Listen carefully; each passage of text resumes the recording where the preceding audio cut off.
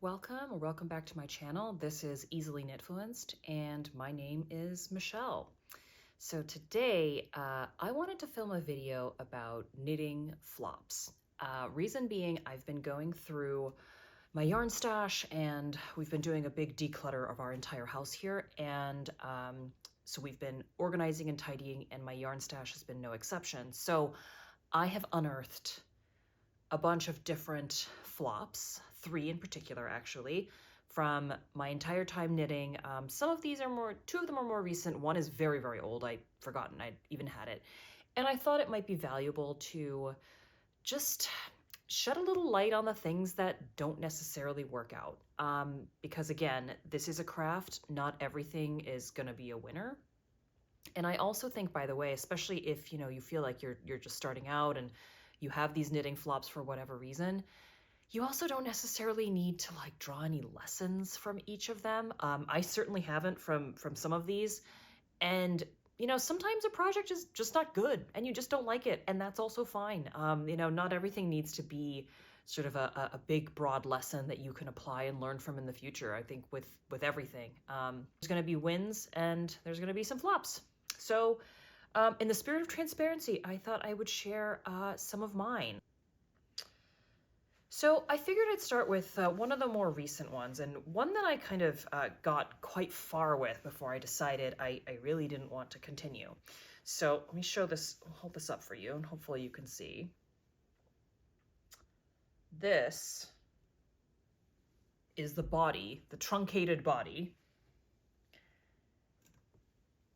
of Petite Knit's marbled sweater. And I really don't know what I was thinking with this one. It's a very chunky gauge, and I'll put the details on the screen somewhere here. It's a very, very chunky gauge. I cast this on in like a bit of a fever dream after I finished my first garment for myself, which was the Petite Knit anchor sweater. And I thought, oh, I want to like cast on something else, and like, oh, what looks good in her collection? And I think, this one like looked relatively straightforward, but it was a big chunky gauge. And so I've knitted this. I don't know if you can see this here, but hopefully the camera will focus. This is in 3 strands for me to meet gauge on this. It's 2 strands of the Pearl Soho knitting yarn, so this kind of pale blue color, and 1 of the what is this? The Biche Bouche Le Gros silk and mohair.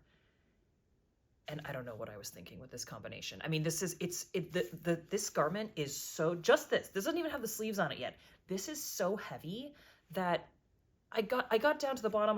This was the first one actually that I did an Italian bind off on, so kind of a first of a pattern.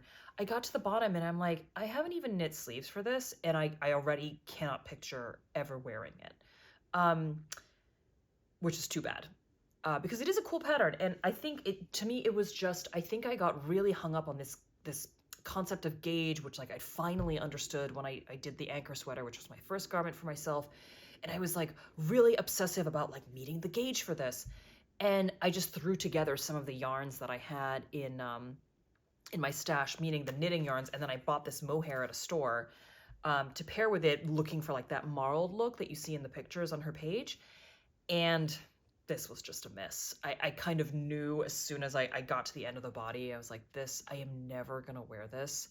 And that would be such a shame to like finish this project and use all that yarn, like so many balls of each of these, to ultimately come up with a garment that I knew I was never, ever going to put on. I mean, it gets cold in New York, but even in New York, I couldn't picture like wearing this and then like a jacket on top or a coat on top. I don't even know if this would fit under any of my coats. That's point number 1. So yeah, big flop. I am gonna frog this. This is a lot of yarn that I could use for something else, and they're great yarns. Like they feel like amazing together. I mean, I could even maybe like marl one of the strands of the knitting yarn with the mohair, make something. I could separate all 3 and do completely different things with them.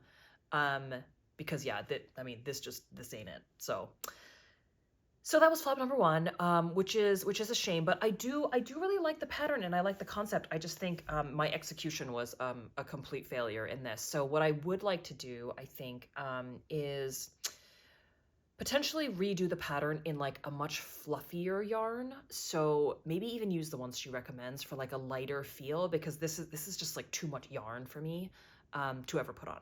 So we'll see what I do with that. Oh, I always forget to do this. What I'm wearing today, this is a sweater number 15 that I made by My Favorite Things Knitwear. So this was, if we don't count this failed project, this was the second sweater I knit, like a knit and completed. So yeah, I've been putting this on a lot more, and again, it's growing on me. I never really wore it much after the first couple months after I made it, because I got sort of obsessed with other things. But this is really nice on me now, and I messed up the collar a bit, but you know, lessons learned, whatever. Okay, so that was number 1. Flop number 2 is this. This is the one and only hat that I have ever made.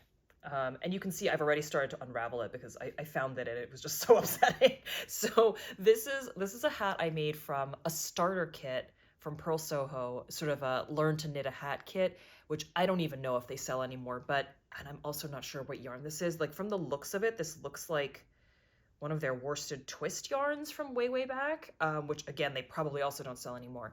But I knit this before I knew what gauge was. So I thought that those like little numbers, you know, that were like written on every pattern, I was like, oh, whatever, this is like, I don't know what that means. Who cares?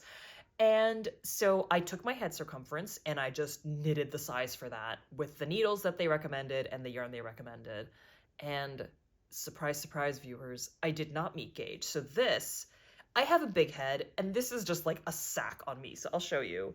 It just like, it's just like an acorn hat or something. Like, it just swallows my whole head. There's no stretch at all. So this was a fail, but at least I know that whatever yarn is in here is enough to make a hat for myself, like in this kind of beanie, like, you know, not folded over format. Because whatever size I do will be smaller than this next time. So yeah, that was a flop. And that was, I mean, it was purely out of ignorance. And so clearly I cast this off and then just put it away and forgot about it and never wanted to take it out again. So I'm sort of glad that, yeah, my spring cleaning, slightly early spring cleaning, has led to me actually picking this up again. So I can use the yarn for something else. It's a nice kind of squishy merino worsted yarn. So maybe I'll make another hat out of it or some mittens or something, but this can be used for something else. So now on to my most tragic flop. And this was not the project's fault at all. This was an aftercare problem.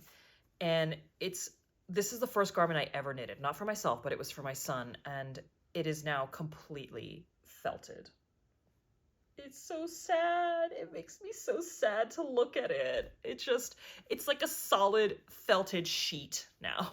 So this is the bulky toddler sweater, and I'm forgetting the name of the creator now, but I'll put everything on screen so you can see it. And it was just a simple, I had this yarn, which was, I don't even remember which yarn this was, but it was a variegated yarn, and I had like a couple balls of it, which again, I think I'd bought just on a whim, and I didn't really think it through.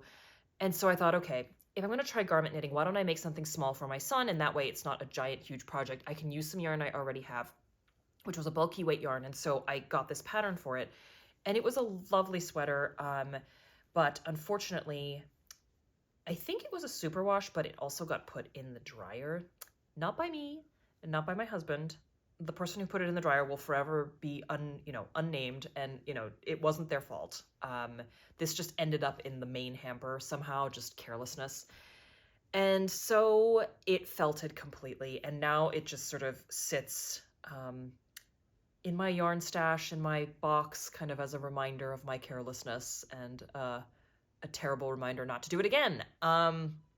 So that's really sad, and this makes me sad to look at. And I'm not like, all I know is how to knit. I'm not a sewist. I'm not, but I'm trying to think of like, there is sentimental attachment to this. It was like my son wore it, and it was really cute on him for a little while he could wear it. And I mean, it's a very thick felted material. So I wish like I could sew or do something else with it.